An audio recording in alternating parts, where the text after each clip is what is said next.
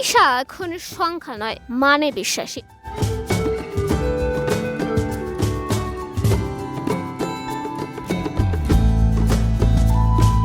একসময় টেলিভিশনের পর্দা খুললেই চোখে পড়তো তার মুখ। নাটক, টেলিছবি, বিজ্ঞাপন সবখানেই ছিল নিয়মিত উপস্থিতি। বলছি তামদিন তিশার কথা।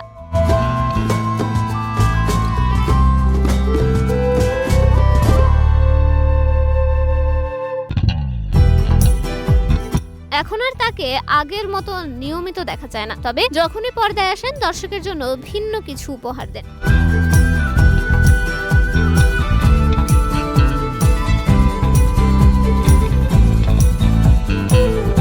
শুক্রবার এক পুরস্কার অনুষ্ঠানে দেখা মিলল তামজিন তিশার।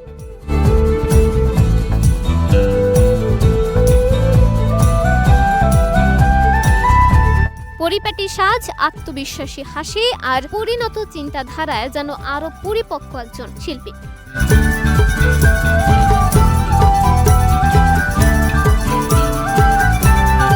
সেখানেই তিনি জানালেন তার বর্তমান কাজের দর্শন বেশি কাজ নয়, মানসম্মত কাজ করতে চাই। এই কথার ভিতরেই লুকিয়ে আছে অনেক অনুশীলন, অনেক অভিজ্ঞতা, অনেক ব্যথা আর ভালোবাসা।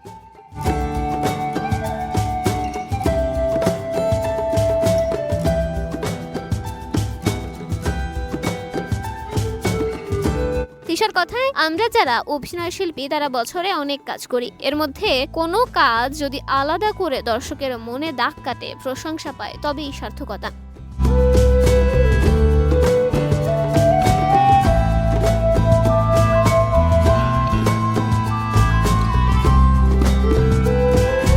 ঘুমপুরি ঠিক তেমনই একটি কাজ। এই ফিল্মটি করে আমি নিজের ভেতরেও নতুন কিছু আবিষ্কার করেছি। ঘুমপুরি নামের ওয়েব ফিল্মটি মুক্তি পায় গত 20 ফেব্রুয়ারি।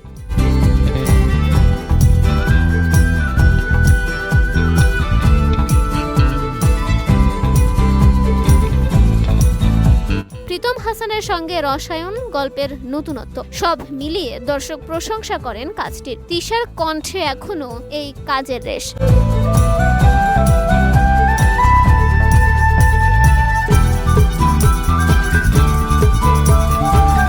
তিনি বলেন, বলতে পারেন এখনো ঘুমপুরি থেকে পুরোপুরি বের হতে পারেনি, তবে এখন আর কাজের সংখ্যায় দৌড়ান না তিনি।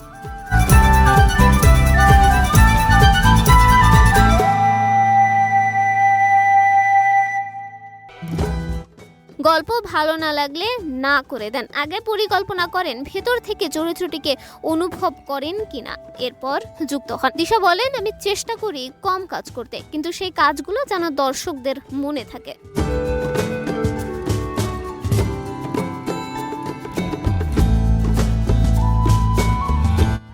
ঈদের জন্য যেসব কাজ করেছি সেগুলোর মান নিয়ে আমি সন্তুষ্ট। আশা করি দর্শকরাও তেমন কিছু পাবে।